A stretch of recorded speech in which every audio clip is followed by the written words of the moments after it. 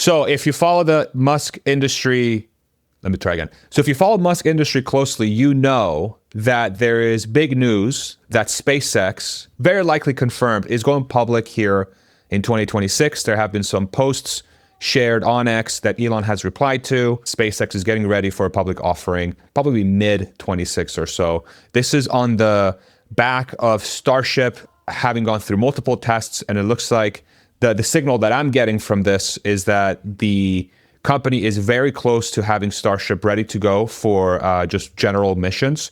And one of the big technologies that has been getting a lot of traction as of late is solar-powered AI satellites, mainly because of the huge bottleneck that is coming down the pike here with energy in powering these data centers, these AI centers, to actually power the AI. And satellites in space is one of the best ways to overcome that bottleneck, because you're not dealing with the constraints of doing AI on Earth from a power perspective. You literally just shoot satellites in space, and then you put them in a sort of sun-synchronous orbit, which means that the solar panels always point at the sun, which means that you have a 24/7 power source for your very power-hungry AI satellites. And then when they heat up from computing all that stuff, they just radiate that heat away into the vast emptiness of space. And so the only way to have that at scale is by having a gigantic rocket that goes up all the time. Well, lo and behold, SpaceX has been working on this thing called the Starship, right? And one of the most exciting things about this is that this is actually real. And Larry is joining me for today's discussion. Those that follow my channel know Larry very, very deeply. Just an awesome human being and just filled with knowledge and wisdom. But what's interesting about Larry is that, number one, Larry is an investor in SpaceX. He's an investor in XAI. He's an investor in a bunch of different outfits as well, private industry. And so not only do I want to get his take on the news of SpaceX going public, but we also want to drill down sort of his thought process of how he came about investing in SpaceX in the first place, investing in XAI, and sort of his angel investing journey, his private company journey, investing in those companies. What are the things he looks for? Because there's just so much there to learn from. Because if you just watch the SpaceX journey, they went from a company that everybody thought was, excuse my French, fucking crazy, to now probably being the largest IPO of all time in history. So, Larry, what do you think is happening? You know, what is happening is quite consistent with what has happened historically with SpaceX. So if you want to cast your mind back to the year 2002, I know some of you weren't alive at that point, but if you cast your mind back to 2002, SpaceX was funded originally with a $30.5 million funding from Elon. But almost every year since then, the value of that company has almost doubled. I mean, wow. From 2002 to 2010, the valuation jumped by such an amount that the early funding in 2010 was about $1 billion. And then, valuations rose 2012 to $2.4 billion. In 2015, it rose to $15 billion. So there's a company just 10 years old, valued at $15 billion. Man. And then 2017, $21 billion. 2019, $33 billion. So you jump to 2021, $100 billion. 2024, $200 billion. And here we are in 2025, and what is the valuation jump to? 500? 800 billion dollars. How rare is that?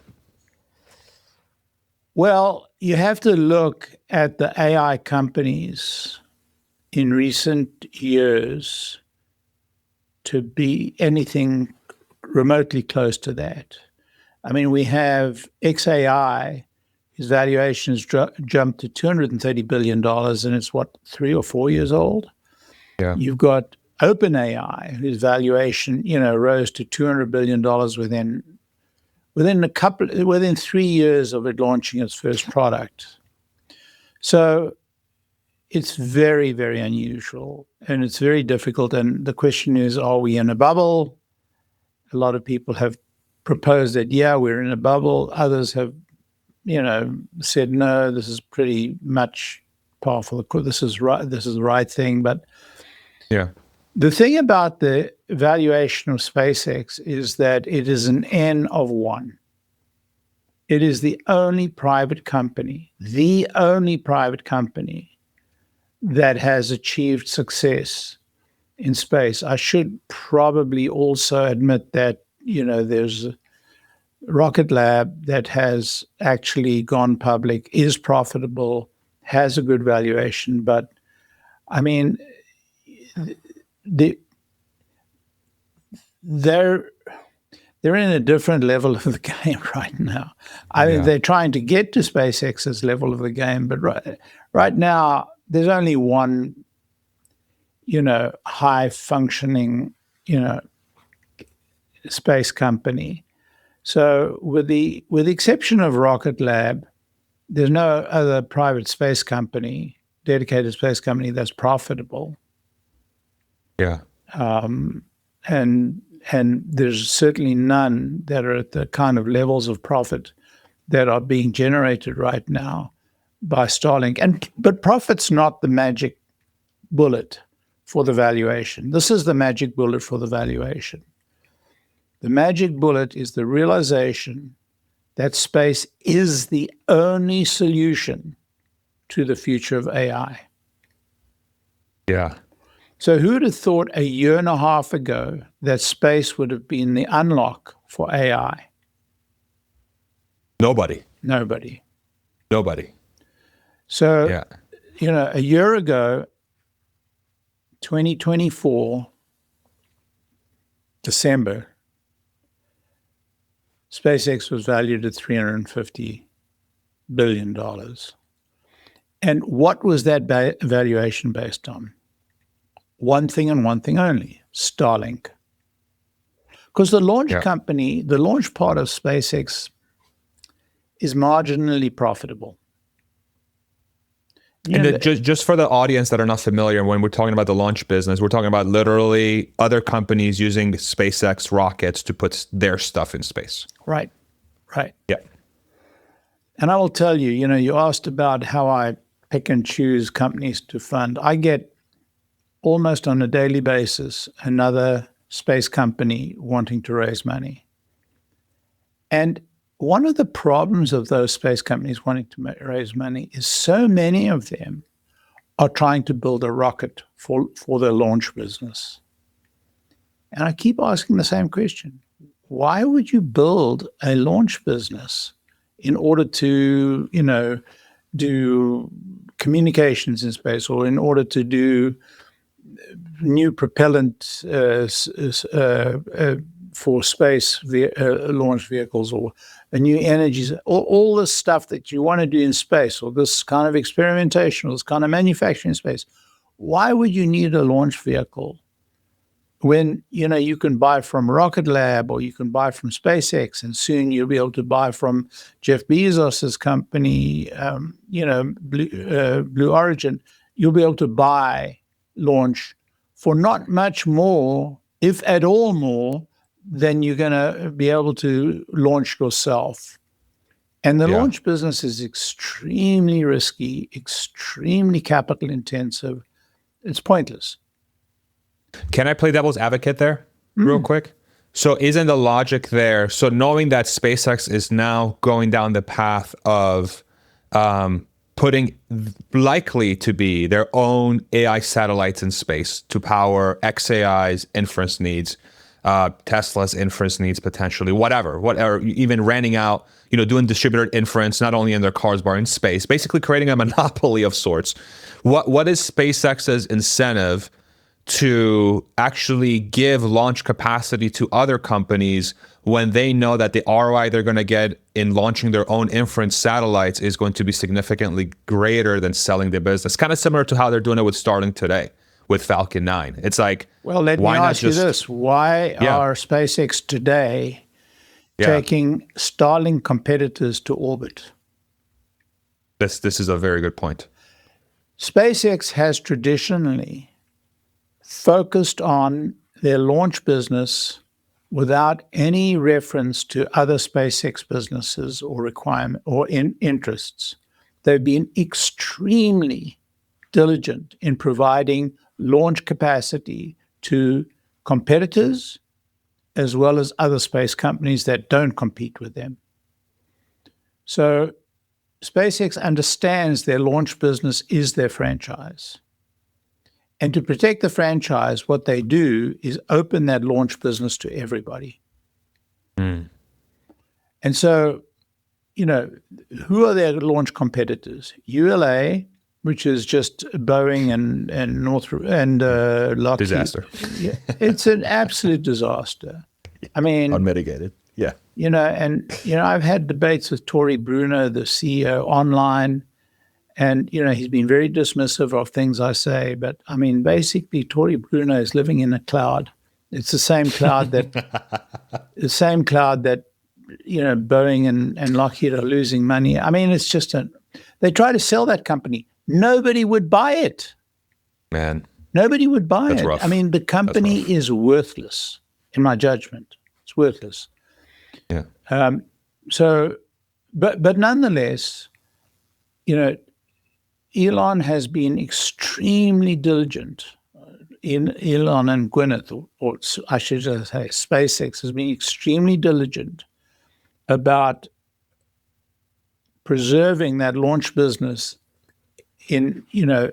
as a completely independent launch company, open to everybody, priced at the best possible price they can afford to give people. And so the cost of launch has collapsed in recent years after ULA was no longer a monopoly, and the amount of capacity has expanded dramatically. So, SpaceX launches 90% of US launches and about 60% of global launches. Yeah. They carry, and they're about to become 95%, 99%, because with Starship, their capacity for launch goes up dramatically, and their price will collapse even further from where it is today. Yeah. And for those that are not familiar, I just want to sort of explain this concept, because maybe they're asking, so why is Starship doing that? It's because Starship not only is a far larger rocket than Falcon 9, so I think it's like 10 times more mass to orbit per launch, something like that, Larry? Correct me if I'm wrong. Well, it depends. It depends on conditions and height. Yeah. But yeah, it's at least 10 times, or it could be as much as 20 times. And the breakthrough is not just how much bigger it is, but it's the fact that it's a fully reusable rocket, meaning that when it comes back, it can literally go back again quickly after refueling it like a plane. So you're doing a lot more per launch, and you're doing it a lot more often. So the amount of stuff you can put in space is really, really large. And that's why the cost is going to come down a lot. It's because the actual cost of getting stuff into space is not going to be that much compared to what it was, especially during the ULA time, but even with Falcon 9, because you have such a big rocket and it's going up all the time. I just want to make sure I made that clear for the audience that's not perhaps familiar with the technology. Yeah, so Falcon 9 can take 22 tons to orbit. And I'm talking about at its extreme capacity. Falcon Heavy can take 64 tons mass to orbit. Starship, the original Starship, the first version, could take 100 to 150 tons. This version of Starship, which is about to be launched, can take 200 to 250 tons. Block 2, the one that we just watched being launched, can take 100 to 150 tons, but 200 to 250 tons. But the final goal is 400 tons. Wow. To low Earth orbit, which would be roughly 17 times Falcon 9. Yeah. So it depends on which version. So the original Block 1, which is now completed, testing is completed, was up to 150 tons. So that was, about 7 times. But Block 2, which is about to start being tested, we're talking about 10 to 12 times. Man, that's insane. And so if I kind of go back. But here's the other point that I think you haven't touched on. Please. Falcon 9 consists of a booster and a second stage. Only the booster can return to Earth. The second stage is lost. Yeah. And it takes between 2 and 7 weeks to refurbish it after a launch. And it returns to a barge in the sea and or a landing pad. Then has to be returned to the factory for refurbishment. Starship will return to the launch pad. Crazy. Will take, ultimately, this is going to be a year or 2 or 3 down the road. Ultimately, will take 1 hour to be refueled. It'll have to be cooled down first, but then it'll take an hour to refuel, and then can be launched again. And crazy. Not the first stage, but the entire rocket. Man. So the cost of launch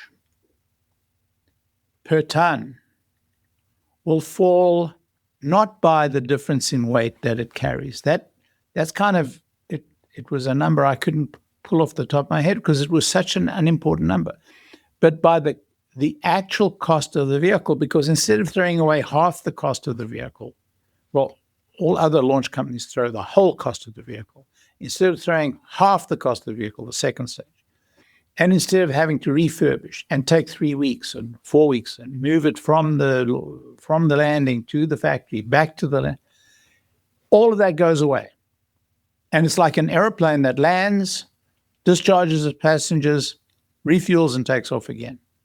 And so the cost of launch doesn't come down by the fact that you're carrying 5 times or 10 times or 20 times the weight.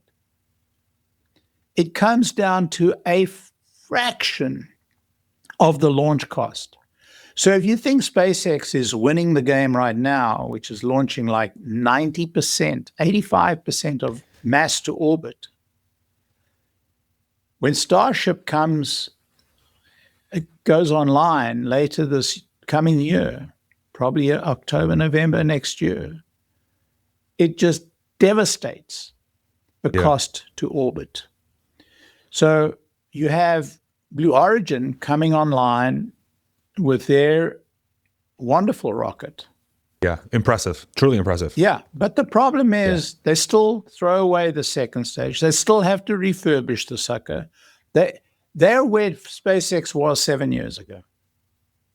Now they have a much bigger rocket, a very capable rocket, and it has plans to expand to a much bigger rocket as well. But they're 5 to 7 years behind the game. And those 5 years, SpaceX will have data centers in the sky. And they take data centers into the sky for anyone else who wants to put a data center in the sky.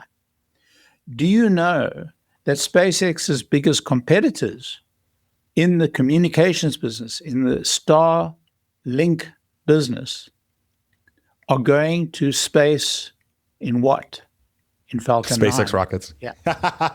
And that's going to be the pattern for going forward for the future. And it's a long answer to your question. Why would a competitor use their rockets? That's why, because SpaceX has been a fantastic launch partner to anybody who wants to come along and get on their ship.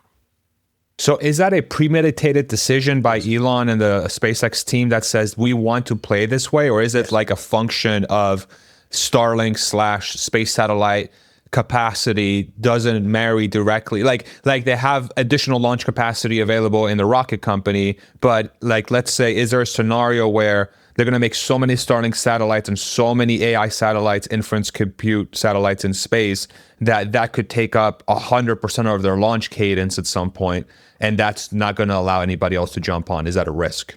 No, it's not a risk. Look, Elon always speaks about competitors with respect. Yeah, he does. when they deserve it. Sometimes they do crazy things and they don't deserve it, but he does both. He either shows a lot of respect or he throws them under the bus. he shows respect when he feels respect, and he throws them under the bus when he doesn't feel respect. And he's, you know, he's pretty tough in that regard. But look, I don't know whether it's Elon, but it's consistent with Elon's philosophy. I don't know whether it's Gwyneth, but that management team decided a long time ago that that was going to be their philosophy. It's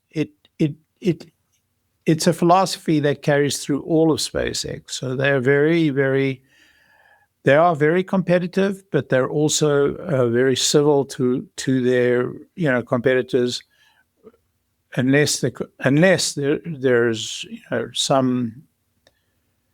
some issue that their competitors throw at them. That's the way I think it's been. And what's fascinating about that strategy too is if you really think about it, if you're a really good partner to literally anybody who wants to throw stuff up in space and you open up your launch capacity for those people, then in those companies, then the forcing function for a competitor to go and try to compete with you goes down. But that's only true because they have built such a almost quasi-monopolistic advantage because of how they solve for reusability, that for anybody to want to compete with them and like to actually take significant enough market share is going to be doubly difficult, because people are like, yeah, I'm just going with SpaceX. It's fine. Like the competitor would have to undercut SpaceX, and for them to undercut SpaceX means that they need a better rocket than Starship now. Well, there are better rockets coming. The Chinese are very close to building a Starship. They have already built a Falcon. It failed on its first flight just a week or two ago. But the Chinese are they're fighters. They're going to get there, and so their Falcon clone is going to get to space and be recoverable within, I'm sure, within this coming year. We know that New Glenn, this massive new rocket of Blue Origin, is now functionally able to land a booster. It's a big rocket, and it's able to land a booster, and it's operational. And it's operational before Starship becomes operational. So they have a little bit of edge there, and the problem is they don't have production capacity. They're producing such an expensive rocket that they really don't have production capacity, and they can't really compete. ULA is non-competitive at all. Their rocket is very expensive, and it's fully DOA. Yeah, they talked about recovering just the engines, but it's been talked for so long. I mean, maybe they'll get there. Anyway, the bottom line is that Starship is very difficult to compete against, and sometime later in the new year, it's going to become operational. I suspect by October, September, October, the end of this third quarter or the beginning of the fourth quarter, and it'll become operational. And then we'll start seeing data centers being lifted to the sky, as well as much larger communication satellites. So it's an interesting period we're moving into, because SpaceX has had a monopoly, and now it's going to become a duopoly or triopoly. Yeah. So it's just such a fascinating time. And I think this sort of piggybacks really nicely into sort of my next question, which is, when you became when did you invest in SpaceX for the first time, Larry? What year was this? 2002. 2022. 2022. It must have been 2022. Yeah. Got it. And then before that, obviously, you've been investing in other private companies, angel investing, sort of doing, starting investing in startups and everything. But there are sort of these, like, I'm sure, common threads and things you look for when you're trying to identify these types of breakthroughs earlier on. And SpaceX had been around for a long time. Everybody who follows your story knows you've been a big fan of space, of rockets for a really long time. It's been one of your JFK and going to the moon has inspired you in so many different ways. It's like it exudes, it's like every time I talk to you, I can just feel your passion. And so obviously it's very aligned with that passion, but you've also invested in a lot of the other companies that have become very, very successful that you may have been looking for the same type of variables as you would in a SpaceX. So now that we're entering this very interesting time, I'm assuming you're looking around and you're like, there's going to be a lot of opportunity here. There's going to be a lot of companies coming up that are either piggybacking on this AI satellite in space. If I give you my layman way that I'm looking at this, and then you tell me how I'm thinking about this and sort of go into your philosophy, what's becoming very obvious to me is that inference compute, the horsepower needed to run extremely advanced AI will happen because of satellites in space, because of Starship. That's going to open the door for God knows how many different new opportunities and new industries and new companies to be birthed from having I don't want to say a surplus of super intelligence, but like a significantly more intelligence for each human to be able to leverage to get stuff done, right? Does that change your investing thesis? Does that change how you approach looking at companies, how you approach investing in companies, or is there a certain sort of blueprint that you've been following that that is also going to be successful during this next cycle? How are you thinking about this? Does that question even make sense? I don't even know. Yeah, no, it makes a lot of sense. I mean, when you invest in private companies, you have a very different set of problems from investment in public companies. So when you invest in public companies, you search for companies that are aligned with your investment objectives, with your taste for risk, and so you're able to use the enormous amounts of material that is generated, data that is generated by these public companies, to narrow down your searches with the overriding level of trust based upon the excellent framework of laws and rules and practices that we have around public companies in the United States and in the Western world in general, although I classically have not strayed much from US investments in the last 20 years because of my level of comfort with the US economy and the US entrepreneurs and the US regulatory system. Laws and regulations, Yep. yeah. So set that aside and now think about wanting to invest in private companies. Why would you want to? The first issue in any structure that you decide to invest in is, what are your objectives? Why do you want to invest? And my interest in investing in private companies is because of three things. One is the upside opportunity is very much greater. I'll talk about the risks that presents, but by and large, you can afford several failures, multiple failures, maybe as much as 9 failures for one success. Whereas in a public company, you can't really look for a failure of more than 1 or 2 out of 3 because the margins and the upside is relatively low compared to a private company. So the risks are much greater, but the rewards are very much greater. And if you are sufficiently capable of selecting the right company, your upside is pretty good. And that leads to what I'm going to talk about in terms of approach, because without a really well-considered approach and a lot of experience, it's very difficult to choose that one company out of 10 or one coming out, hopefully one coming out of 4 or one coming out of 5 that is going to outperform so significantly that it's going to give you that outside return. Does that make sense? 100%.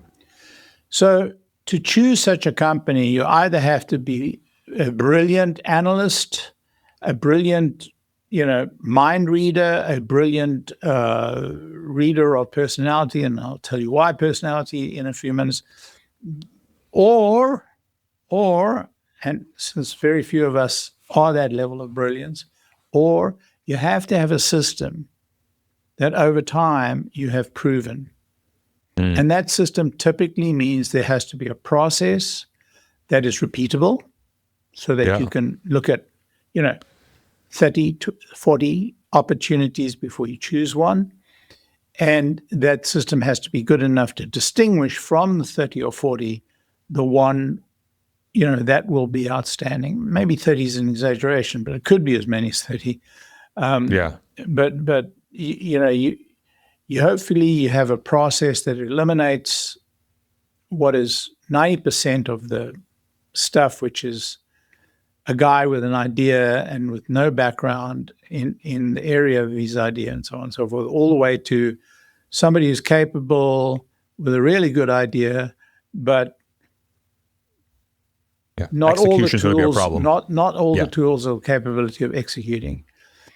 And then to the person who combines all of the good things in one or two or three or four founders that together with this great idea has got an opportunity. Then when you select that guy, you got a 1 in 10 chance or 1 in 5 chance or 1 in 20 chance, but a low enough risk that, it makes that equation that I talked about earlier operational. So you have to have a process, and that process has to be, one of discovery, one of discrimination, one of test, and then one of approval. So you go through these stages, and the discovery has to be on multiple levels. It has to be first the general market for that product or that idea. It has to look at the total addressable market, what portion of the addressable market is possibly, achievable. And then it has to look at all the things that have to be done, that have to be achieved in order to win that market.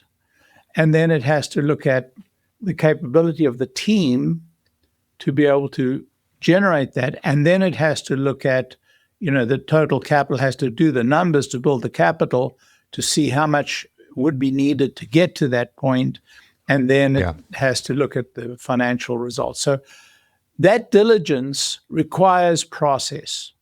The process can be formal, or it can be semi-formal, it can be very informal, depending on the kind of investor you are. But without all of those components, you're really, you could be,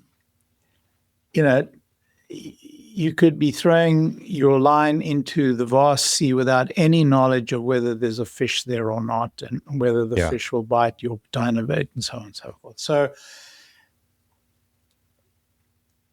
it's very important to have a process. It's very important to not necessarily tick every box in that process and do every function in that process, but that process be sufficiently exhaustive that by the time you make your decision, you're well informed as to the quality of the people, the quality of the idea, the quality and size of the market, and the opportunity that this company has of achieving the delivery of that product to the market and earning sufficient to pay back whatever it costs to invest.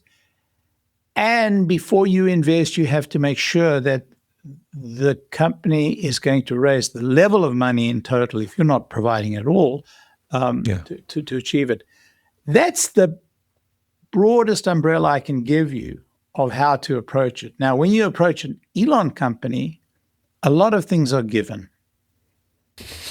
Elon's doing it, so just invest. Kind of like that. And, that's part of the process, is evaluating the founder's capability, skill, and ability to execute, including the raising of the money.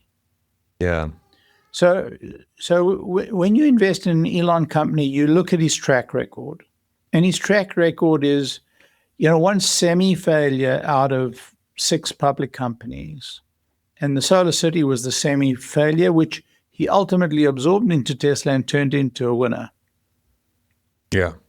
And all he did was invest in that company. He didn't run that company. But, the truth of the matter is that Elon is one of the best investors in the world.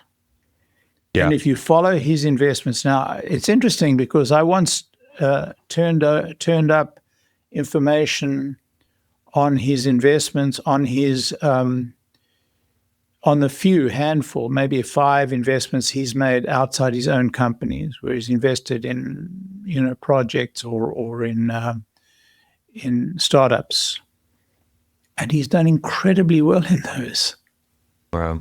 Earning nothing in the billions that remotely equals what he's earned in his companies, but this is early in his career, and he invested, in some companies, and I think they were Altman-sponsored companies actually back in the day, and all of them did incredibly well. He didn't fail. He didn't make one bad investment. So Wow. you're talking about a guy with, absolute skill at seeing the future and understanding what it takes to get there and making the investment. So that's interesting in and of itself.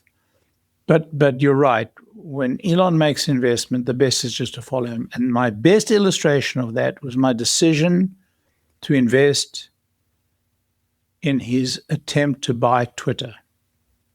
Mm. The day he announced that he was going to make a bid for Twitter, I reached out to investors I knew would be investing in that, to funds I knew would be investing in that, said, guys, we've got to get into this. And he said, well, it's, it looks very I don't know. I said, guys, we've got to get into this. Yeah. And I was able to place not a lot of money, I think a total of $500,000 of family funds into that investment. You know what those are worth today? A lot more than that. I mean, I don't know. We've made, 12x or 20x. I don't know. Wow. I haven't done the numbers, but actually, I do have the numbers somewhere. I should pull them up. Yeah. It's a big number. It's a big number. It's a big number. And, and I don't like boasting about numbers and stuff, but yeah. So the X, we made, it's only 1.5 times our money, but it also led to XAI. Right. XAI, where we've made quite a bit more than that. But the point is that judgment was so heavily weighted for the manager, for the founder, the founder of X, the operator. Yeah. The operator, that I didn't even look at the other factors. Fascinating. I didn't do the diligence that I normally do. I didn't have the information, but I made the investment without that information. And what's fascinating about that is and this is a concept that I think through a lot, is like the art of investing, the art of like deploying the capital. It's in a lot of situations, I think it's a lot more art than science, because it's like you have to kind of create it. You have to make a judgment call that says, okay, you had those 4 variables that you walked us through. It was the founder, the staff, the idea, the market, right? But depending on what you're looking at, one of them, it could be equal weight. The other one could be the founder is 90% of the weight. The other one is the idea is 90% of the weight. Yeah, but right? At the end of the day, the ability to raise the money is never, I mean, you may have a founder with absolute proven ability to raise money, so that maybe you're right in that regard. But remember, if you have Sam Altman. if you have a great founder, but the market's very tight and that founder is great, he's done well, but you don't think he can raise the money, then that, I guess the ability to raise money is based upon the founder's track record as well. So in a way, the two track together. And ability to sell too, right? I think founders that might not have a great track record, but they're very good salesmen or women, I think that also allows them to bring money in, right? So I think what we're saying is that these factors do play into each other. Yeah. So, if you have a founder maybe is not as strong as he should be, but he's got an incredible team under him, that has some weight. Although depending on where the weaknesses are in the founders are. In one case, I didn't invest in a company that This company was invested by a fund in which I'm a limited partner. It was the most promising company in their stable. They asked me to look into it and do an investment alongside them because this company was going through another round, and they were actively out there raising money, and they sent me to do an investment in it. I met with the founder, and for various reasons, which are not important here, but I declined the investment because I felt the founder didn't have all the skills, didn't have the 360 degrees, and was missing some serious skills that indicated to me he's not the right person to lead the company. Well, within a year, they had brought in another CEO. And then you invested? Well, that's the interesting question. I declined to invest again. Wow, how come? Because when I said I wasn't going to invest, and I intimated, not in so many words, but that I didn't have confidence in the founder, I think they started to look seriously at the founder's role. The founder himself, I shouldn't say him, he or her. That person. Yeah. They. Thank you. You're welcome. They appeared to me not that excited about leading the company anyway, which, wow. you don't want in a leader of a company. Yeah, 100%. And so it became clear to the fund that they should find, somebody to run the company. And then they brought in somebody, turned out not to be the right person, and it wasn't really to run the company, but to run alongside.